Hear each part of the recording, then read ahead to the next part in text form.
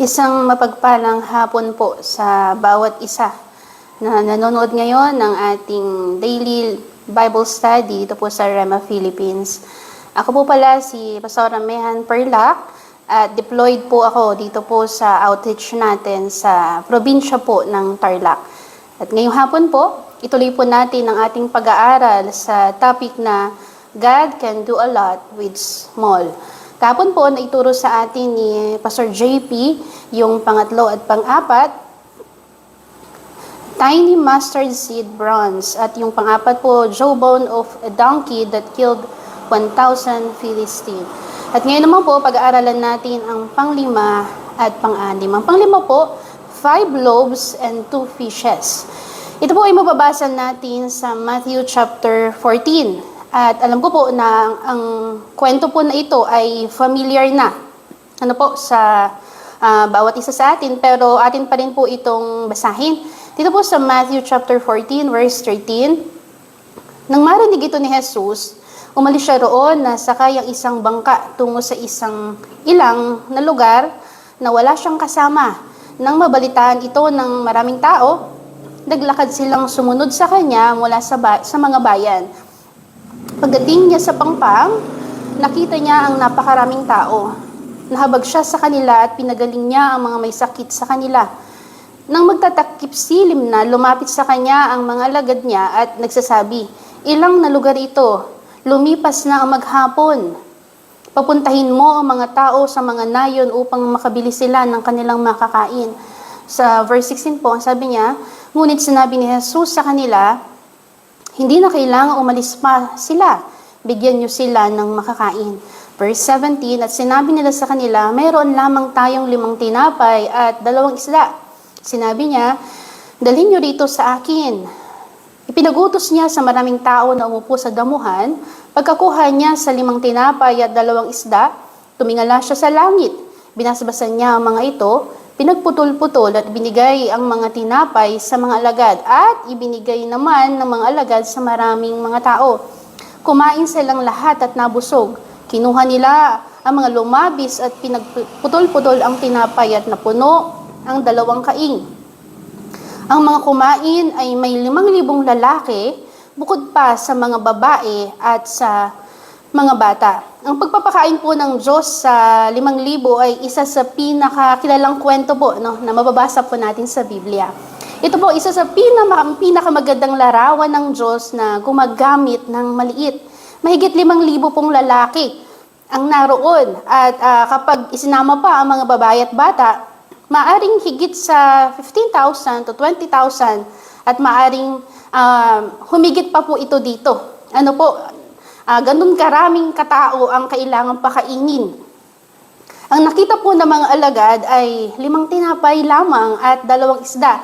At syempre po, ang natural na reaksyon nila, hindi ito kasya. At tama po sila, hindi talaga kasya. Ngunit kapag ang mga ito ay inilagay natin sa kamay ng Panginoong Jesus, ang 5 tinapay, ang 5 tinapay at ang 2 isda, ito po ay gumagawa ng himala. Kapag nasa kamay po natin ng maliit, tayo po ay limitado. Pero kapag inilagay natin ito sa kamay ni Kristo, nawawala ang limitasyon. Hindi dinagdagan, kung mapapansin po natin, hindi dinagdagan ng Panginoong Jesus yung tinapay at yung isda. Ito po ay kanyang tinanggap at pinagpalamunan niya. Pinagpera-peraso at pagkatapos, habang ibinibigay ito, ito po ay patuloy na dumarami. Napakagandang prinsipyo, hindi laging dinaragdagan ng Diyos ang mga resources bago kanya gamitin. O minsan, ginagamit muna niya ang mayroon ka. Dahil habang sumusunod tayo, habang nagbibigay tayo, habang naglilingkod tayo, doon niya pinaparami ang biyaya. Marami mga Kristiyano ang naghihintay muna ng marami. Pero sabi nga po sa pinag-uusapan natin ngayon, ang Diyos po ay hindi siya yung kailangan ng marami. Bakit? Kasi yung maliit na bagay, yung maliit na pwede mong ihandog sa Kanya, ay kaya niya itong paramihin. Kaya niya po itong pasaganahin. Sinasabi po ng iba no, na kapag marami na akong pera, magbibigay ako. O di kaya kapag marami na akong alam, maglilingkod ako. Kapag malakas na ako, kapag kaya ko na, no, magpapagamit ako sa Diyos ng buhay ko. Pero ang Diyos ay nagtatanong lamang ng anong nasa kamay mo ngayon? Ano ang meron ka? Hindi mahalaga kung ito po ay malaki o maliit. No, hindi niya hinihingi yung wala ka. Ginagamit niya yung mga bagay na meron po tayo. At katulad po dito sa kwentong ito, mapapansin natin na what if hindi ibinigay ng bata yung bagay na meron siya? Ang Diyos ay hindi makakagawa ng himala. Pero dahil sa ibinigay niya ito, na po ang Diyos ay nakagawa ng himala sa pamamagitan ng mga bagay na ibinigay niya sa Panginoon. Kung ikaw po ay merong maliit na talento, ibigay mo ito sa Panginoon. Kung meron kang maliit na ministry, maging faithful tayo dito. Dahil ang pagpaparami ay trabaho ng Diyos, ang pagsuko ay trabaho natin. Kung mapapansin natin, dito po sa kwentong ito na binasa natin ngayon, ang tinutukoy lamang na 5,000 dito ay mga babae, mga lalaki. Wala pa po dito yung mga babae at yung mga anak nila. Kaya nga pag pinagsama-sama ito, hindi lang ito 5,000, kundi aabot pa ito ng 20,000 na tao mahigit. Sabi nga po ng iba, mga 50 to 80 pa nga po. Bakit? Pero sa kabila ng lahat ng dami ng mga ito, ang Diyos ay nakagawa ng himala dahil sa 5 tinapay at 2 isda. Ngayon, ano ang meron tayo? Dahil kapag ito ay pinagamit natin sa Panginoon, ito ay kanyang mapaparami, ito ay kanyang mapagpapala, at ito po ay kanyang mapapasagana. At dito naman po, punta naman po tayo sa pang-anim, 300 men with torches. At ito po ay mababasa po natin dito po sa Aklat ng mga Hukom, chapter 7. So, sige po, magbabasa lang po ako ng ilang mga talata. At ito naman pong 300 men with torches, dito po sa Judges chapter 7, ito po marahil yung imposibleng laban sa Biblia. Si Gideon ay merong 32,000 na sundalo at sila po ay napapalibutan ng napakaraming kaaway. Sila po ay napapalibutan ng, sabi nga ng description ng Bible, sila ay napapalibutan ng sindami ng buhangin. So napakadami. Ang kanilang mga kalaban ay humigit kumulang 135,000 na mga kalaban. At ang mga sundalo lamang ni Gideon ay 32,000. Kung mapapansin natin, ito ay maliit lang na hukbo. Ito ay gapiraso lamang na hukbo kumpara sa napakaraming mga hukbo na nakapaligid sa kanila. Pero mapapansin po natin, ang sabi po ng Diyos, ito po sa Judges chapter 7 verse 2. Sige, basahin po natin. Ang sabi niya, sinabi ng Panginoon kay Gideon, ang mga taong kasama mo ay lubhang napakarami upang aking ibigay ang mga Midianita sa kanilang mga kamay. Baka ang Israel ay magmalaki laban sa akin at sinasabi ang sarili kong kamay ang nagligtas sa akin. Kung mapapansin po natin dito po sa verse ito, kung ang kalaban ay 135,000 na mga kalaban, at ang meron si Gideon ay 32,000 na mga sundalo. Kung papansin po natin, 1:4. Ibig sabihin, yung isang sundalo ni Gideon, kailangan niyang makapatay ng 4 na sundalo. Pero kung mapapansin po natin, dito po sa verse, sabi niya, marami kayo. Yung 32,000 na yon sa Diyos ay marami pa. Amen? Kaya sabi ng Diyos, bawasan natin. Bawasan mo, alisin mo yung mga takot, pauwiin mo. Tapos dumaan pa sila doon sa isang batis, pinainom sila doon at hanggang sa ang naiwan na lang ay 300. Kung 32,000 ng sundalo at ang kalaban nila ay 135,000, 1:4 ang labanan. Pero ngayon na sila ay nabawasan na, sila ay 300 soldiers na lang. At ang kanilang kalaban ay mahigit pa na 135,000, ang labanan ay 1:450.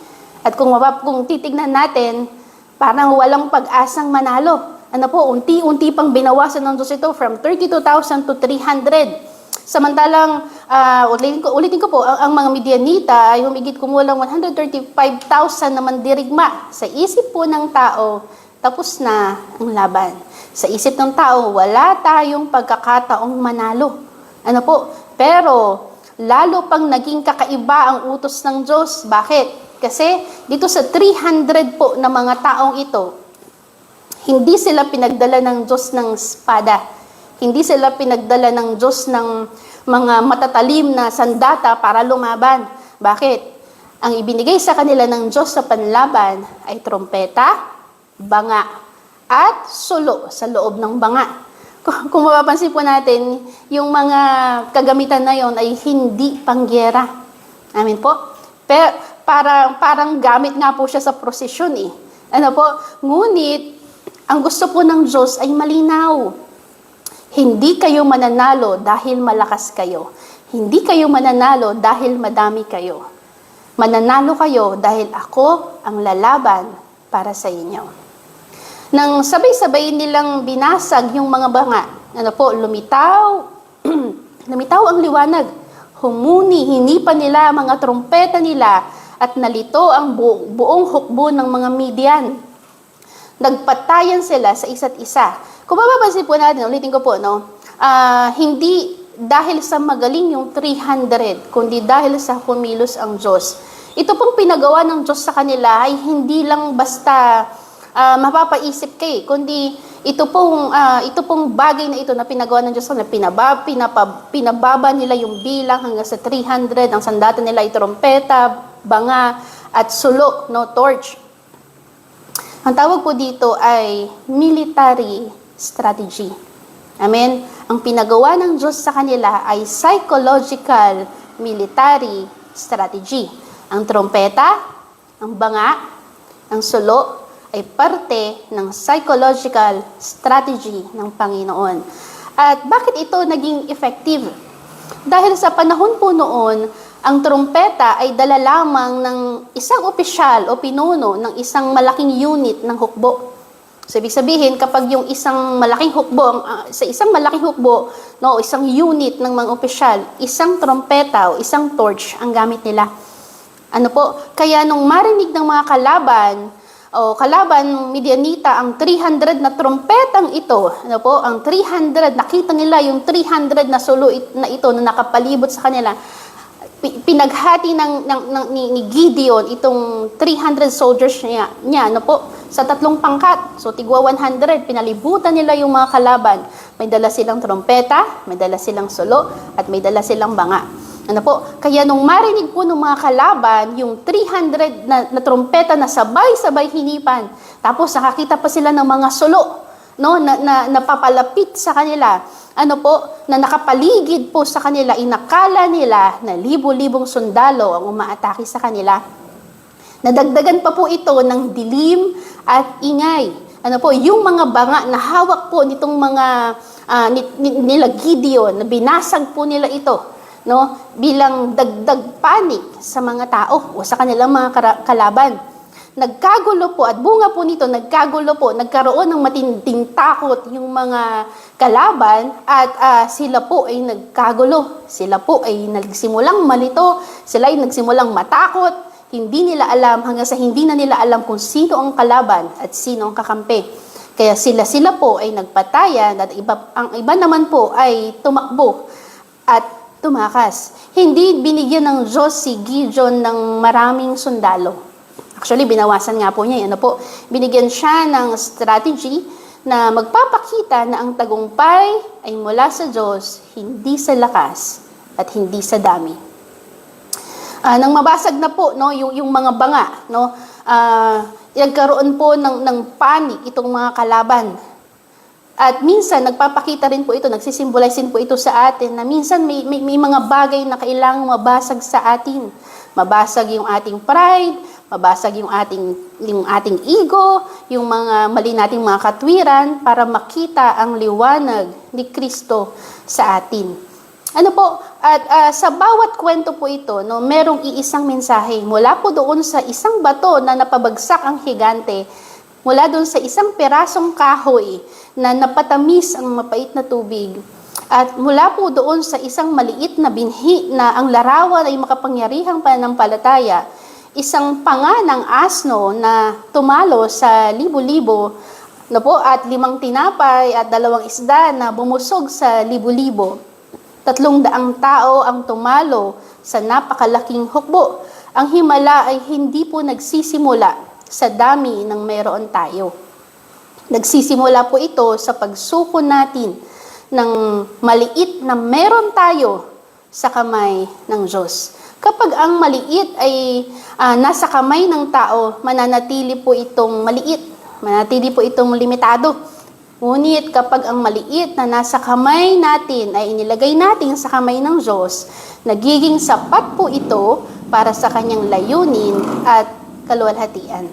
Kaya nga po, katulad po ng mga kwentong ito na ating nabasa mula po doon sa 5 tinapay at 2 isda at mula po doon sa 300 sundalo na napakaliit na imposibleng manalo, pero dahil sa tulong ng Panginoon, nakita yung kapangyarihan ng Diyos. Na display yung pagiging Diyos ng Diyos, yung kakayanan ng Diyos sa lahat ng mga sitwasyong ito. Naalala ko po dito yung isang kwento na kung saan merong isang maliit na paintbrush. Ang mga paintbrush po kasi ay may mga iba't ibang sizes, merong iba't ibang itsura, iba't ibang hugis, depende sa saan siya gagamitin. Ngayon, meron po isang paintbrush na laging nakatingin sa iba. Na itong paintbrush na to ay nandun po siya sa studio ng isang pintor. May mga malalaki, may mga mamahalin, may mga makakapal na mga brush. Sinabi niya sa sarili niya, hindi ako katulad nila, napakaliit ko, wala akong halaga. Hindi ako makakagawa ng magagandang obra. Siguro dahil sa wala akong kakayanan. Araw-araw, naiinggit po itong maliit na paintbrush na ito na laging ginagamit yung mga malalaking brushes sa mga paintings na ginagawang obra nung pintor. Isang araw, dumating yung master artist, kinuha niya yung maliit na paintbrush. Alam niyo po, nagtaka itong maliit na paintbrush na ito. Ang sabi niya po doon sa master artist, sabi niya, bakit ako? Sabi niya, maliit ako, marami siyang iba. Marami kang pwedeng gamitin. Mas maganda at mas malalaki kaysa sa akin. Pero alam niyo po, ngumiti yung master artist at sinabi niya, hindi ang laki ng brush ang gumagawa ng obra maestra. Ang kamay ng pintor ang gumagawa nito. Hayaan mo akong gamitin ka, ipapakita ko sa iyo kung ano ang kaya kong gawin sa pamamagitan mo. At nagsimula po siyang gamitin itong pintor at nagsimula magpinta itong pintor at sa bawat hagod ng brush na maliit na ito, unti-unting nabuo ang isang napakagandang obra maestra na hindi kayang gawin ng ibang mga brush. Alam niyo po, napaluha itong maliit na brush. At sabi niya, ngayon niya lang nakita at naunawaan na ang kanyang halaga ay hindi nakasalalay sa kanyang laki, ganda o kakayanan, kundi sa kamay ng humahawak sa kanya. Maaring katulad tayo ng brush to na merong maliit na kakayanan, maliit na talento, may mahina tayong mga kakayanan, ordinaryong tao, ordinaryong buhay lang ang meron tayo, ngunit tandaan po natin, hindi naghahanap ang Diyos ng pinakamalaki o pinakamagaling. Naghahanap siya ng taong handang magpahawak sa Kanya. Dahil kapag isinuko po natin ang buhay natin sa dakilang pintor, kaya niyang gawing obra maestra ang isang buhay na akala natin ay walang halaga. God is not limited by what is in His hand. He is glorified by what He can do through what is surrendered into His hands. Kaya ngayong hapon po, magkaroon po tayo ng realization. Mag-isip po tayo, kung yung isang bata, willing siya na ibigay yung meron siya. Naniniwala po ako nung time na yon. Hindi lang yung batang yun ang may dalang pagkain, hindi lang siya ang may dalang tinapay, hindi lang siya ang may dalang isda. Naniniwala ko yung ibang may mga dala pang karne. Pero siya lang ang pumayag na gamitin siya o gamitin yung meron siya sa Diyos. Ang Diyos, God specializes in turning not enough into more than enough. Ang Diyos po ay expert na gawin ang imposible tungo sa posible at ang maliit na bagay ay kaya niyang gawing isang dakilang bagay. Pag-isipan po natin ang mga bagay na ito dahil kung hindi dahil po doon sa bata, iniwala po ako, ulitin ko po na kung hindi niya ibinigay yung meron siya, ang Diyos ay hindi makakagawa ng himala. Pero dahil sa ibinigay niya ito, pumayag siya, nakagawa ang Diyos ng isang dakilang bagay sa pamamagitan niya.